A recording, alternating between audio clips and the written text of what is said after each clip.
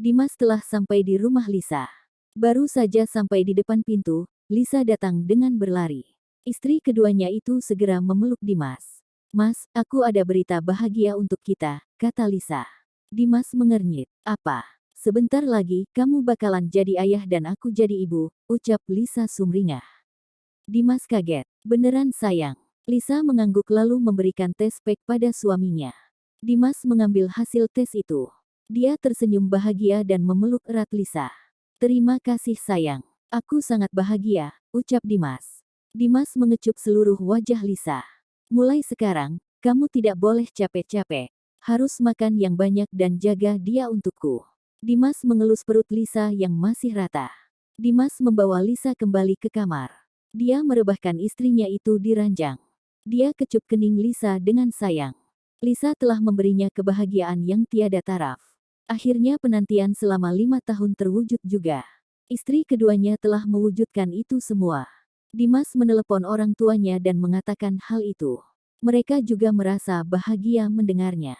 Hanya Ana yang masih belum Dimas beri kabar. Besok saat dia berkunjung ke sana, Dimas akan mengatakan pada Ana. Istri pertamanya itu juga akan menjadi seorang ibu. Dimas berbaring di samping Lisa. Dia membawa Lisa ke dalam dekapan dadanya. Tiada henti Dimas memberi kecupan-kecupan hangat di puncak kepala Lisa.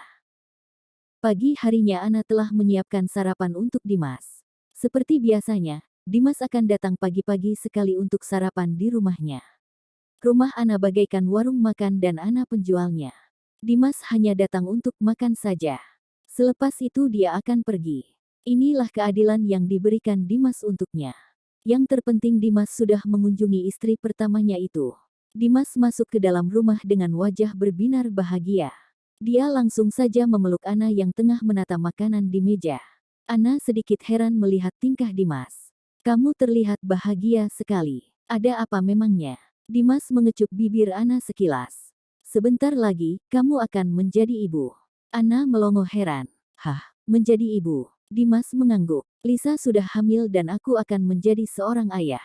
Ana kaget mendengarnya. Dia menatap wajah bahagia suaminya itu. Ada rasa nyeri di dalam hatinya. Dengan mudahnya Dimas mengatakan hal itu.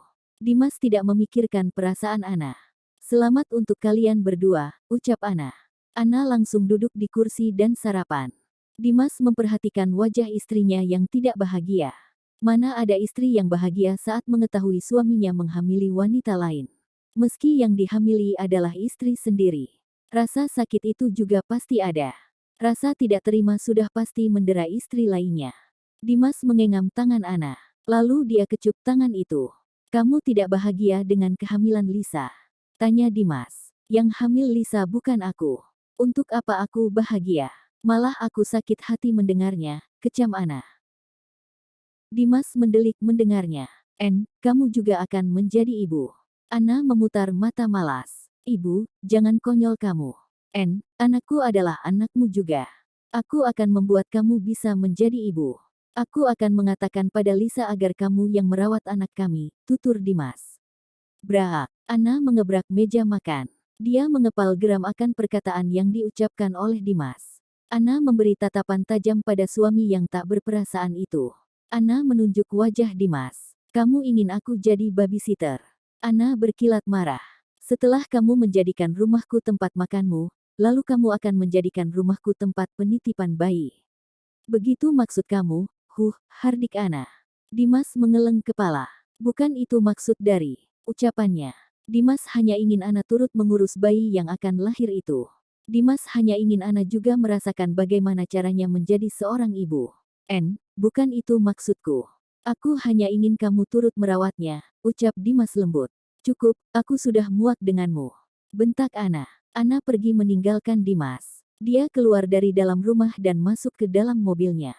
Kepala serta hati Ana sudah terbakar akan perlakuan Dimas. Ana melajukan mobilnya membelah jalanan raya. Ana menghentikan mobilnya di sebuah taman kota. Dia keluar dari dalam mobil. Ana berjalan menuju kursi taman. Dia menutup wajahnya lalu menangis terseduh-seduh. Ana meratapi nasib yang menderanya. Kini madunya telah hamil. Pasti Dimas akan lebih menyayangi Lisa. Dari awal pernikahan Dimas dan Lisa, Ana telah merasa tersingkir. Apalagi sekarang Lisa tengah hamil.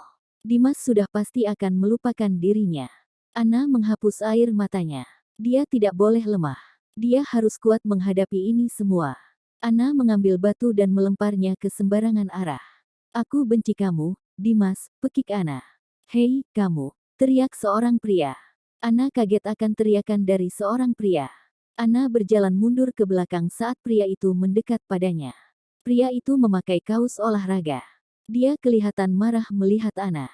Berhenti kamu, ucap pria itu. Pria itu mendekati Ana. Pria dengan postur tubuh tinggi tegap. Berwajah campuran, rambut hitam pekat dengan bola mata kebiruan.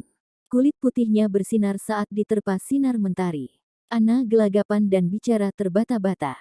Kak, kamu mau apa? Lihat ini, kamu yang melemparku bagai batu, kan?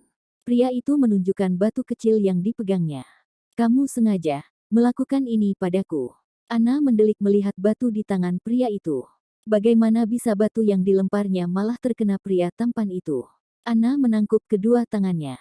Maaf, aku tidak sengaja. Mana kamu yang terluka? Kepalaku, kamu harus tanggung jawab, ucapnya. Ana mengeluarkan beberapa lembar uang dari dalam tasnya. Ini, untuk biaya pengobatan. Pria itu malah kesal melihat Ana memberinya uang. Kamu kira aku tidak punya uang?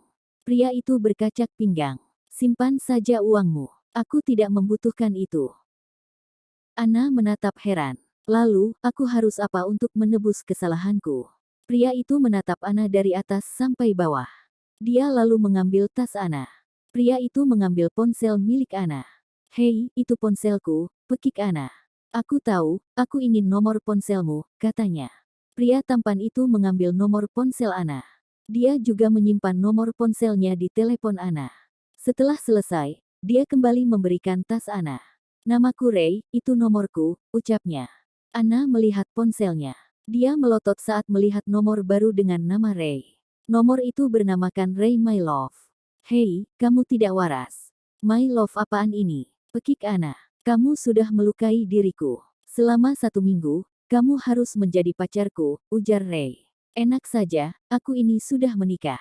Kamu ini pasti sudah gila, kesal Ana. Ray cukup kaget mendengarnya. Wanita cantik di depannya ini sudah menikah. Ana seperti seorang wanita dewasa yang belum menikah. Dia masih muda dan sangat cantik. Ana menikah di usia 20 tahun dan sekarang usianya baru 25 tahun. Aku tidak peduli kalau kamu sudah menikah. Aku ingin kamu bertanggung jawab atas luka di kepalaku ini. Dalam 1 minggu, kamu jadi kekasihku, tutur Ray. Ray segera berlalu dari hadapan Ana. Dia tidak mendengarkan teriakan Ana yang memanggil namanya. Ana menghentak-hentakkan kakinya dengan kesal.